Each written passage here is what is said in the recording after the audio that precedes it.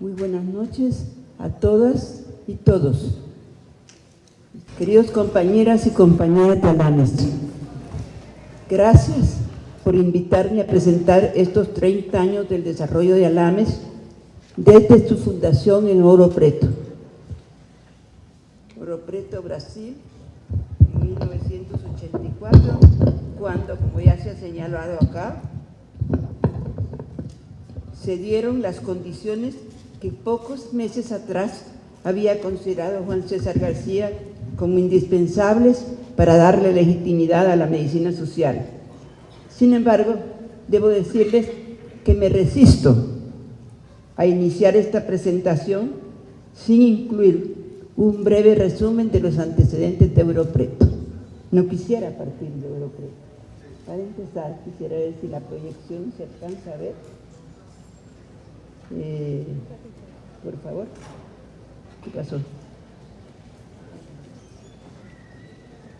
Bueno, trataré de ser lo más breve posible, aún a pesar de sacrificar algunos puntos fundamentales.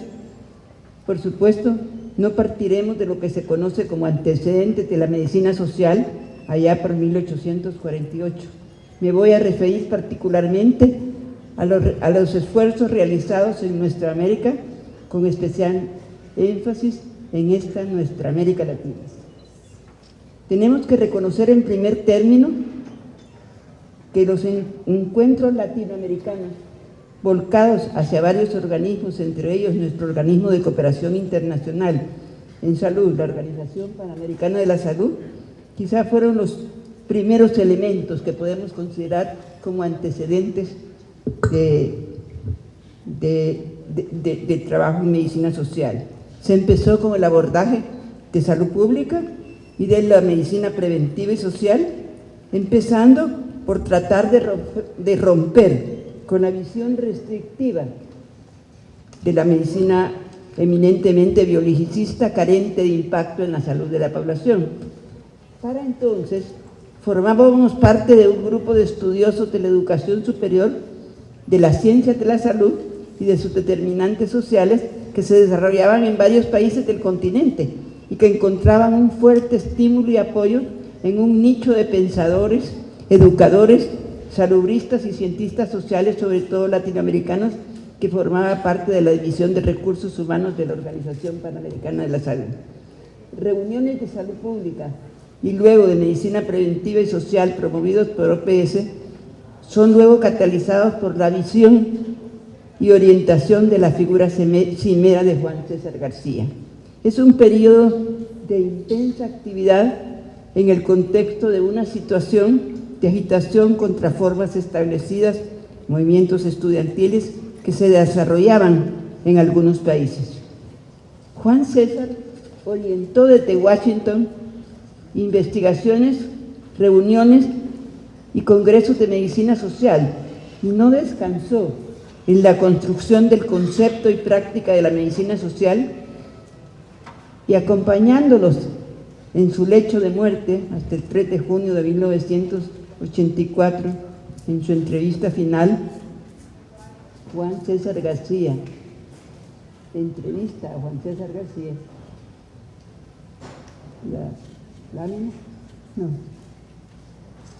Dejó plasmado un legado para la posteridad, en donde se ha dicho repetidamente que él expresó: se habían dado las condiciones para legitimizar la medicina social.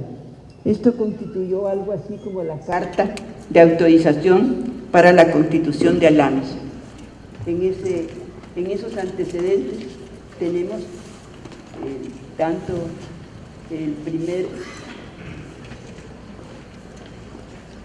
primer lugar, algunos de los seminarios que se crearon en aquel momento. En segundo lugar, los 2 posgrados de medicina social, uno en la Universidad Estadual de Río de Janeiro y en 1983, y el posgrado de medicina social de la Universidad Autónoma Metropolitana, Unidad Xochimilco, en 1985. Cuando esos 2 posgrados, además, dos reuniones importantes. La reunión de Cuenca 1, convocada por Juan César García, todavía en una época en que estaba en la mejor época de su producción, se realizaron en Cuenca, Ecuador, como también la segunda reunión en donde se dieron las condiciones para discutir los componentes de la investigación en salud. Estos se plantearon por parte de Juan César algunos aspectos críticos de lo que él quería que ocurriera en medicina social. Él para aquel momento nos decía que Cuenca II no había reducido, no había alcanzado las condiciones que él pensaba que debíamos ya tener en aquella época, la búsqueda de indicadores científicos en el campo de la salud. Él nos decía en aquel momento, el desarrollo de los investigadores, de los indicadores científicos en América Latina, se presenta en la actualidad, nos dijo, como desordenado, carente de una dirección que posibilite una selección y una utilización adecuada de los mismos. Esta deficiencia, producto de la orientación empiricista que han sido elaborados los instrumentos, es mayor en el campo de la salud, donde muy pocos países cuentan con información consciente y confiable. Era una forma de estímulo de Juan César, de golpear un poquito para lograr una verdadera construcción colectiva. Veamos que ya entonces igualmente había impulsado una primera reunión de medicina social que tuvo lugar en San Miguel Regla y que incluso tuvo una contribución y una participación internacional de primer orden y que podíamos llamar como el primer seminario de medicina social. Y se había entonces también ofrecido un segundo seminario de medicina social que tuvo lugar en Nicaragua, que es una de las primeras reuniones que se da. Esa reunión de Nicaragua se da en momentos en que es el triunfo de la revolución sandinista. Distinguidos cientistas sociales del continente vienen a trabajar a Nicaragua, y entre ellos el gran Sergio Aroca viene a trabajar, y muchos, posiblemente de los que están aquí con nosotros, fueron partícipes de esa reunión. Ese es el segundo seminario.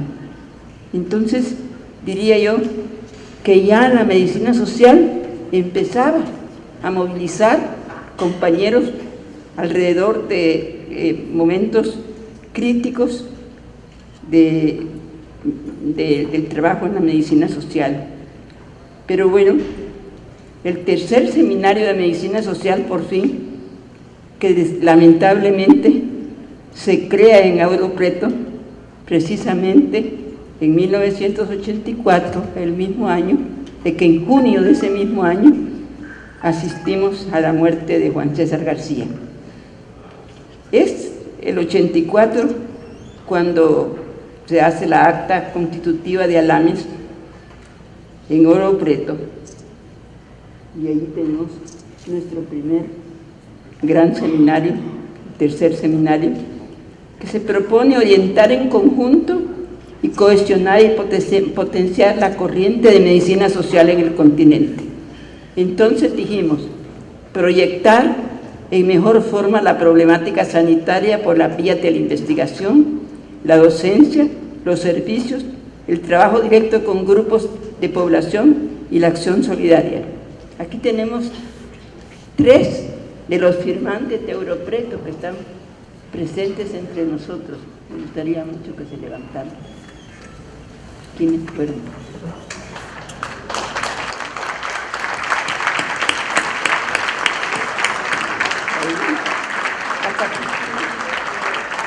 Hasta Cristina. Ya se nos fueron. Pero todavía hay sobrevivientes.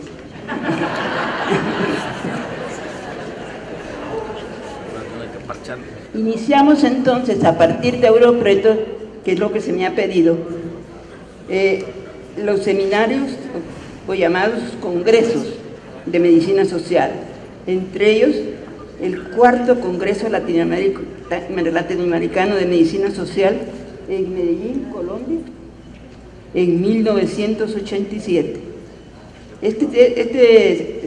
Este congreso, reunido con el nombre de Estado, Trabajo y Condiciones de Salud, les voy a pedir que vayan fijándose en el tema de cada uno de estos seminarios para que vean cómo va envolviendo distintas temáticas en las distintas reuniones.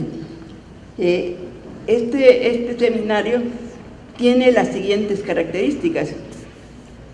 Lamentablemente es un seminario conflictivo, tuvo lugar en un jardín botánico de Medellín. Aquí está nuestro anfitrión, que fue el doctor Saúl Franco, pero lamentablemente, con todo lo hermoso que fue el seminario, tuvo resultados un tanto duros.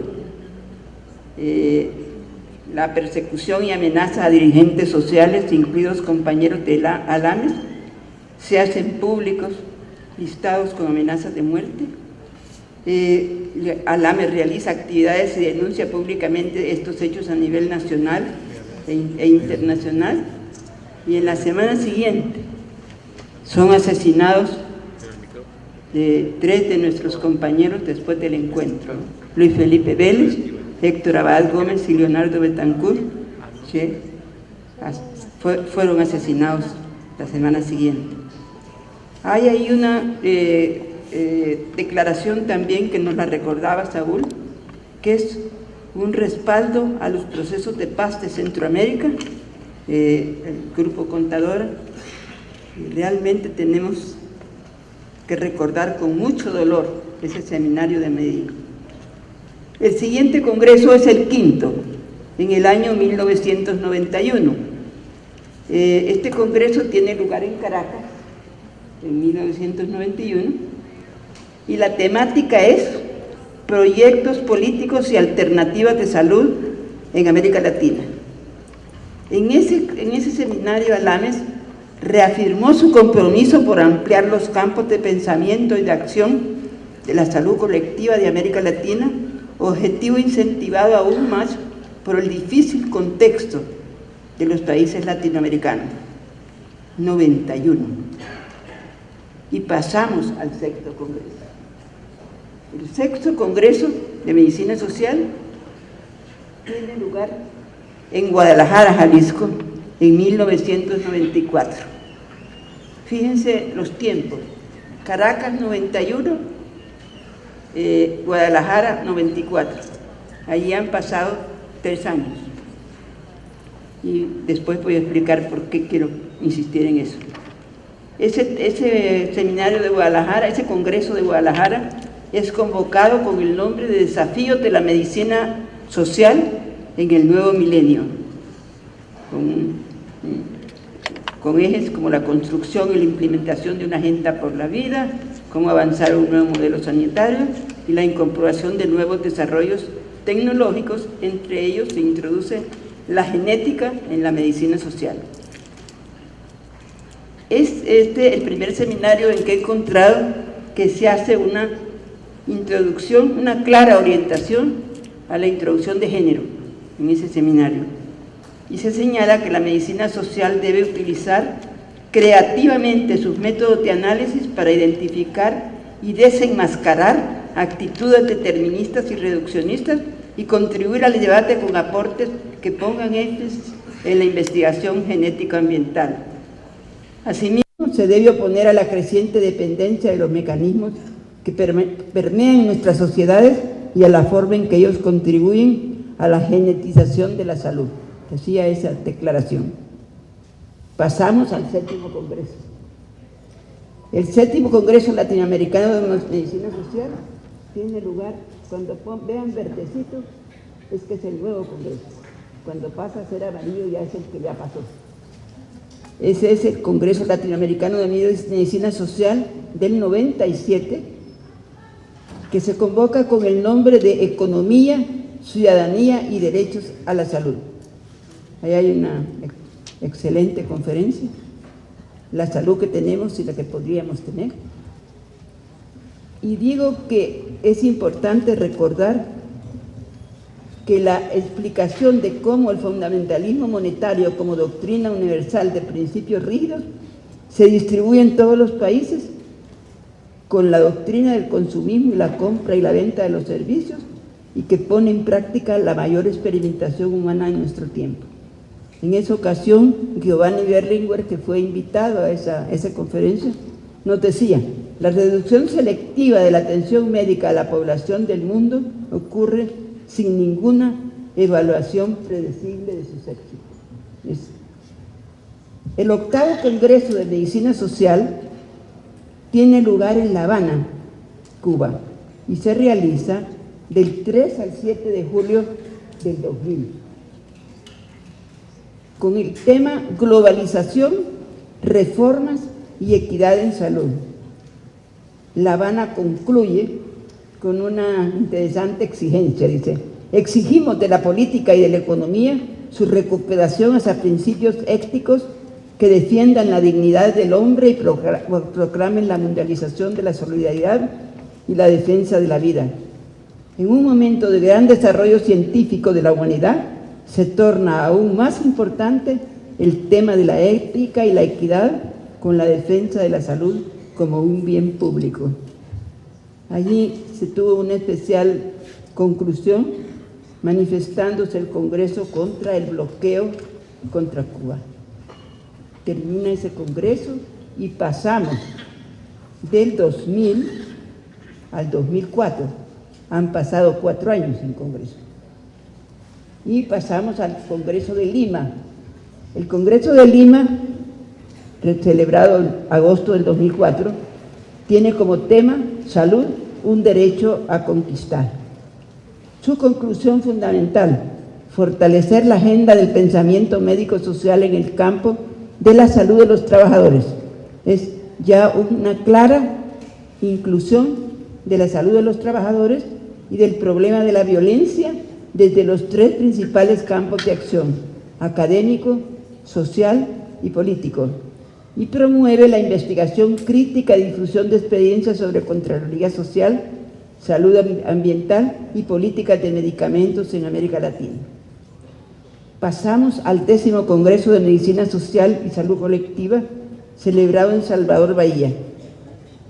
Salvador Bahía es el 2007. De nuevo, vayan viendo ustedes que íbamos teniendo reuniones de 4 o 3 años. Ese congreso es convocado con el tema de equidad, ética y derechos a la salud, desafíos a la salud colectiva. Quiero decir que entre las conclusiones de ese congreso se nos pedía continuar profundizando el análisis de los cambios y escenarios actuales de nuestros sistemas de salud. Empieza a abordar la idea de un esfuerzo conjunto tanto en el plano de la reflexión como de la intervención-acción. Nos pide actualizar la discusión sobre desarrollos teóricos de los paradigmas de las ciencias sociales y las humanidades y sobre su inserción en el campo de la medicina social y la salud colectiva. Pasamos luego al 11º Congreso, 11º Congreso Latinoamericano de Medicina Social y Salud Colectiva, Bogotá, del 14 al 19 de noviembre del 2009, con el tema que nos convoca de la salud en la agenda política y social de América Latina. Este congreso, Saúl debe conocer mejor que yo, tiene como conclusiones recuperar las experiencias locales interpretadas desde una perspectiva global o local que evite la idealización de los movimientos sociales. Nos pide realizar un sostenido trabajo para diferenciar conceptos, enfoques y términos a los que subyacen enfoques diferentes sobre el cambio social. Y aquí caemos en el 12º Congreso 12, Latinoamericano de Medicina Social y Salud Colectiva, el que precede al actual, del 3 al 8 de noviembre del 2012, celebrado en Montevideo, Uruguay. Este congreso, que yo creo que fue una reunión muy importante, nos convoca, como decíamos antes, con la temática de... El título de este congreso a mí me complicó un poco la vida, porque es un poco largo. Aceleración, acumulación y despojo del capitalismo global, avances y retrocesos en la lucha por la salud y la universalidad de los derechos. El congreso tiene como conclusiones establecer mecanismos para visibilizar y denunciar nacional e internacionalmente los gobiernos que adopten e implementen políticas neoliberales. Tienen que desarrollar procedimientos concretos para generar alianzas en cada país que ayuden a la consolidación y articulación activa de los movimientos sociales. Defender la capacidad sustentable y soberana de cada territorio para generar los bienes materiales y espirituales para una vida plena, una organización solidaria del poder público y comunitario. Es así como cabemos en este 13º Congreso Legado en El Salvador, de cuyas conclusiones darán cuenta a todos ustedes.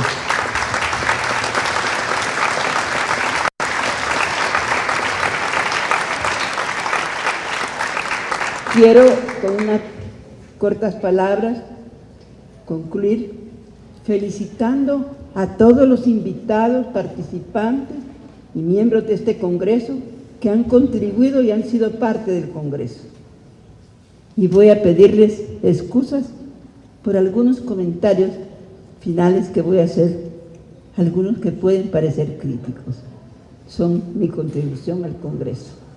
Mi revisión, después de trabajar mucho en este detalle, he aprendido mucho regresando a varias de estas reuniones, se ha orientado en el sentido de reflexionar hasta cuánto han sido estos aportes utilizados, todas estas contribuciones utilizadas.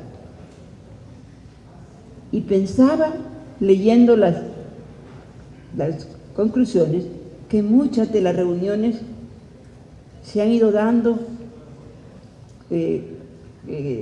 consideraciones, conclusiones, pero que hay muchas de las conclusiones que no han sido utilizadas adecuadamente, y muchas de las ponencias y propuestas presentadas se han quedado como en el aire.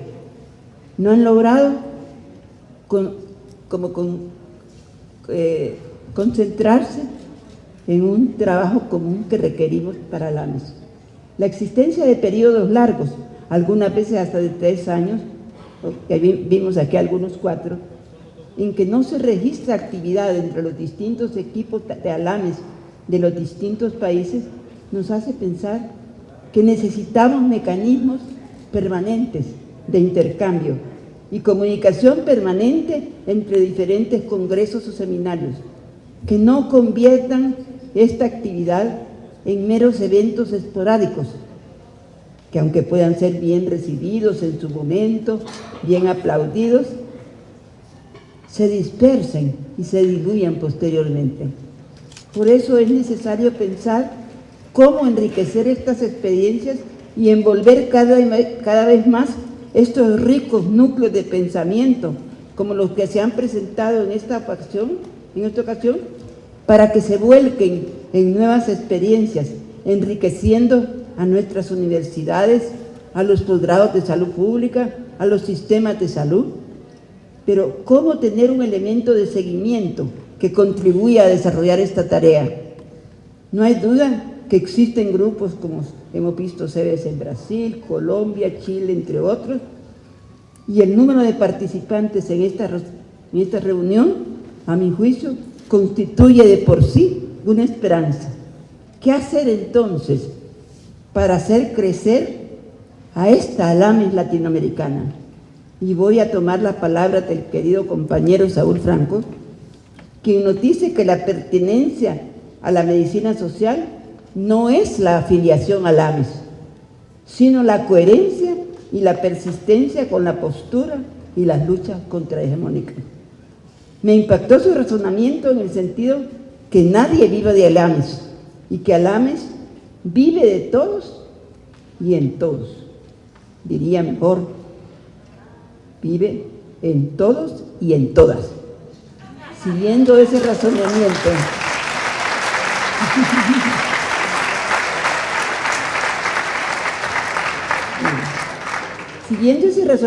y siendo coherentes con él, yo les pido, démosle vida a Alames, démosles permanencia continua, hagámosla realmente nuestra y contribuyamos a darle el cemento ideológico y político que Juan César pedía.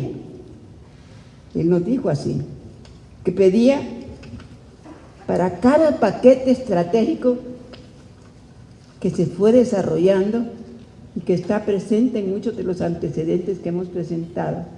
Para mí, en este momento, este es uno de ellos, para cuya construcción requerimos luchar unidos en un momento difícil para nuestros países, difícil ideológicamente, difícil política y económicamente. Necesitamos luchar por la unidad de esta América nuestra a través de un proceso como la unidad de Alames. Yo les invito a pensar en esta estrategia para consolidar y hacer crecer Alames, pero no solo eso, ir más allá, evaluando si realmente estamos logrando lo que nos hemos propuesto, como lo es contribuir al fortalecimiento y bienestar de nuestros pueblos a través de poblaciones que realmente gocen de salud y bienestar integral. Esa sería nuestra principal propuesta. Muchísimas gracias.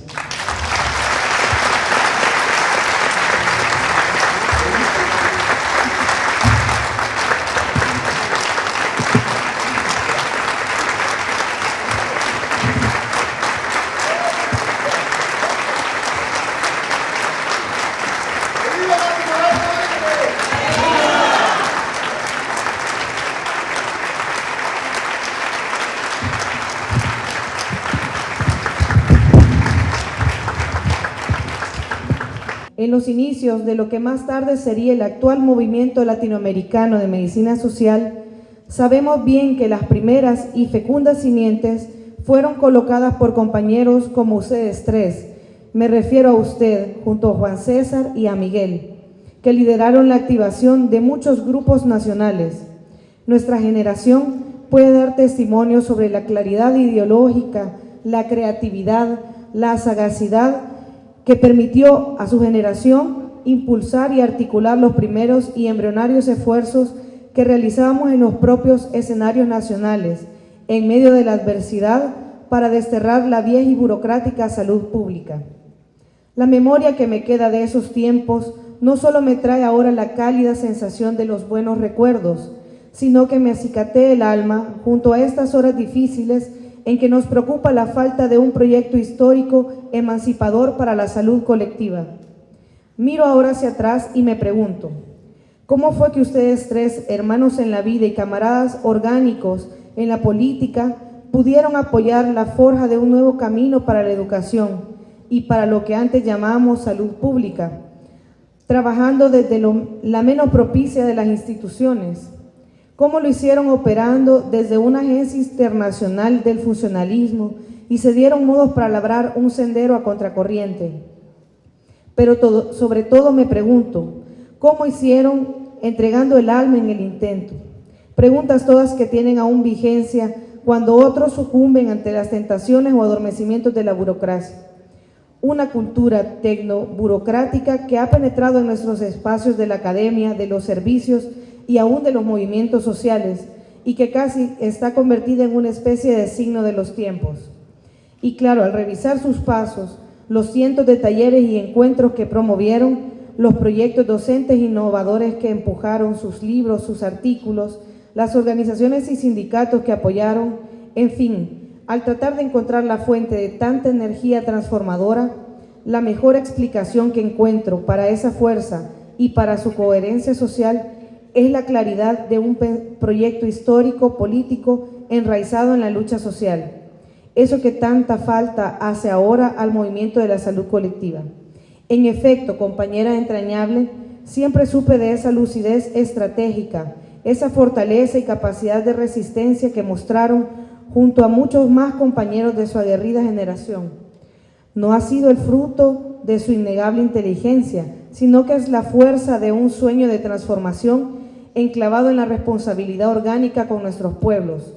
Como todos los grandes, al principio, ustedes fueron de Argentina, El Salvador, Ecuador, pero con el paso de las luchas y la expansión del compromiso, su fecunda identidad dejó de pertenecer a un territorio para abrirse al más amplio espacio del amor militante por la gran patria latinoamericana.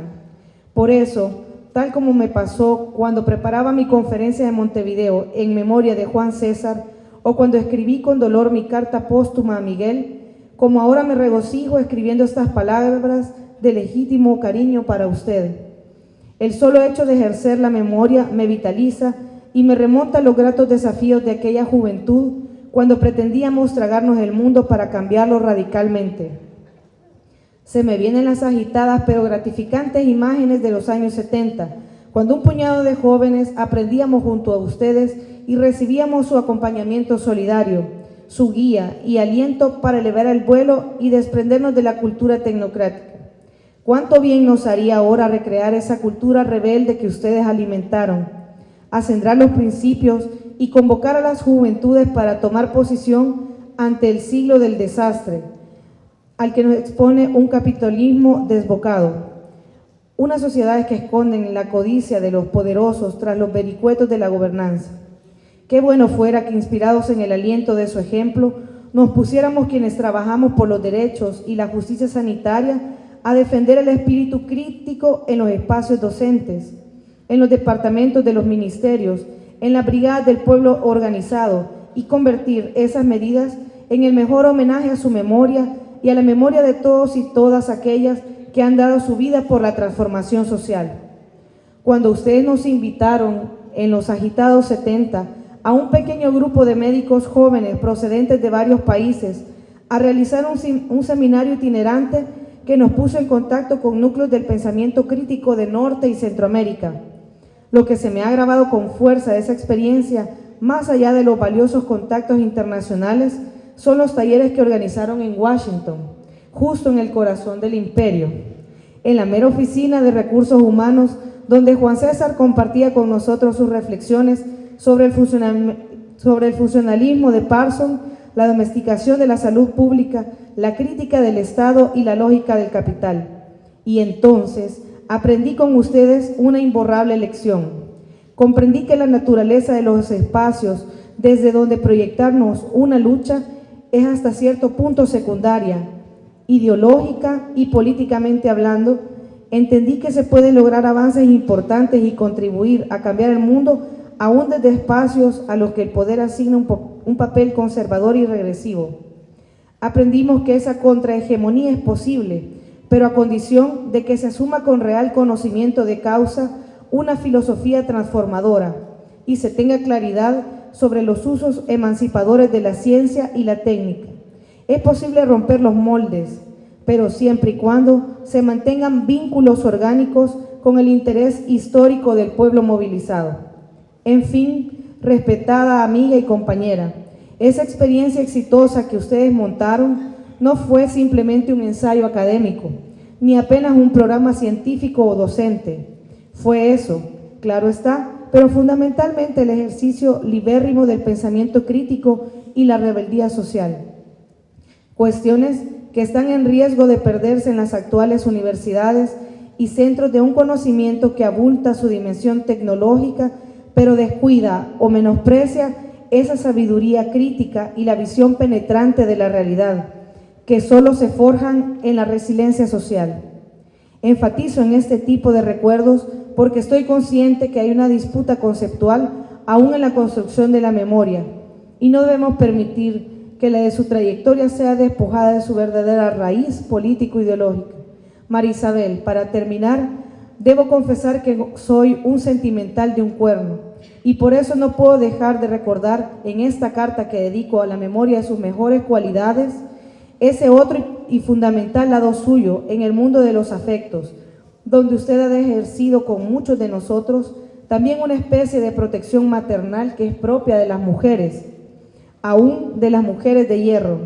Por eso ahora, para resaltar ese lado dulce y humano suyo, evoco y hago públicos, abusando de su buen talante, los recuerdos que compartimos en medio de una conversación en su despacho del Ministerio de Salud, donde nos encontramos a comienzos de diciembre del año pasado, ya en horas de la noche, cuando usted seguía trabajando y yo regresaba de Chalatenango de un taller organizado por el compañero Eduardo Espinosa con los colegas de salud y con los campesinos afectados por los agrotóxicos. En una parte de nuestra conversación, al entregarle un presente de mi compañera y recordarle el cariño de mis hijas, que desde los años de México conocieron su afecto y de sus infaltables detalles humanos, puede repasar innumerables episodios donde se supo siempre en evidencia ese lado afectuoso suyo que siempre adornó su figura respetable. Incluso nos reímos, si usted recuerda, de las reprimendas que nos daba a los entonces jovencitos de la medicina social, cuando incurríamos en algún pequeño desliz y en un coqueteo que parecía disfigurar nuestra lealtad conyugal.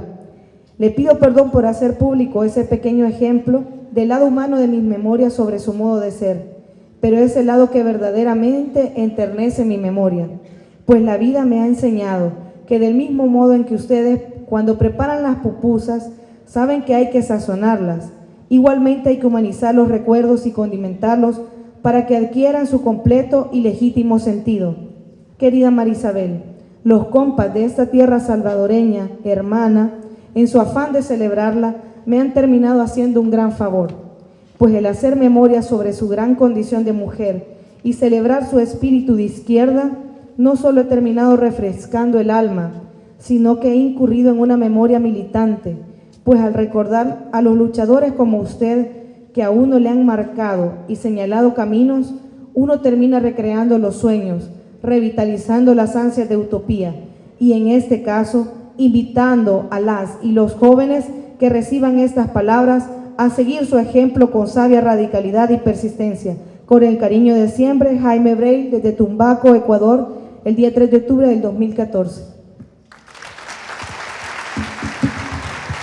En estos momentos, el doctor Víctor Penchazade y el doctor Óscar Feo comparten el reconocimiento a la doctora María Isabel Rodríguez por todo ese acompañar de los 30 años de Alames.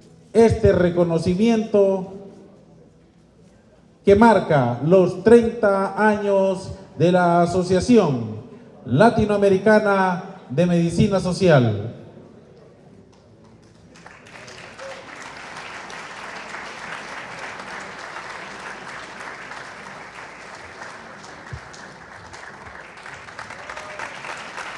¡Vivan los 30 años de Alames!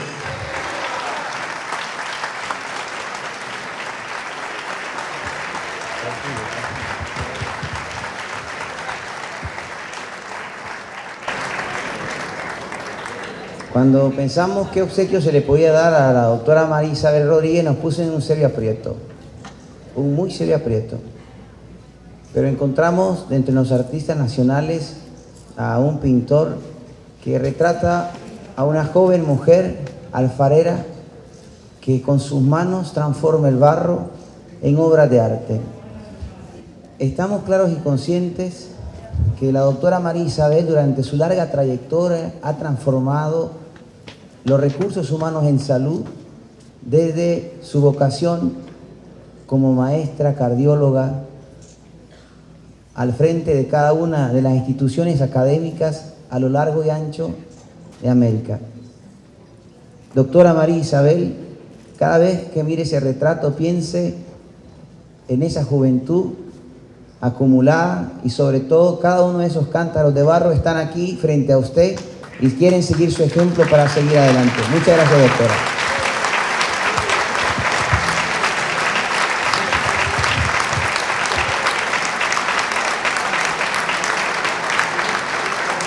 Esta celebración de los 30 años no puede ser mejor que reconociendo el aporte invaluable de la doctora María Isabel Rodríguez para la construcción del pensamiento y accionar de la medicina social en Latinoamérica. ¡Felicidades! ¡Viva Alames! ¡Vivan los fundadores de Alames! ¡Viva María Isabel Rodríguez! ¡Viva Juan César García! No podemos continuar sin mantener un